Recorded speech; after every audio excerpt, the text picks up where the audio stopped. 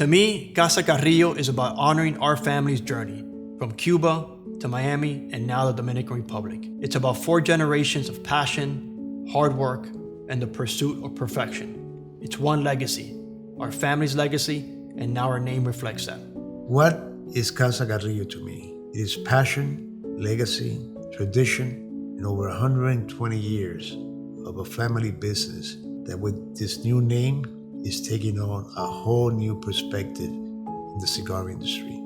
Get ready to experience what Casa Carrillo is all about. Casa Carrillo to me means home. What does home mean? Well, it's that place where you go to find yourself, to spend time with your family, people that you care about, people that you love. And that's what Casa Carrillo means to me. Over 120 years of passion, legacy, dedication, coming into its new phase, its new era, looking towards the future.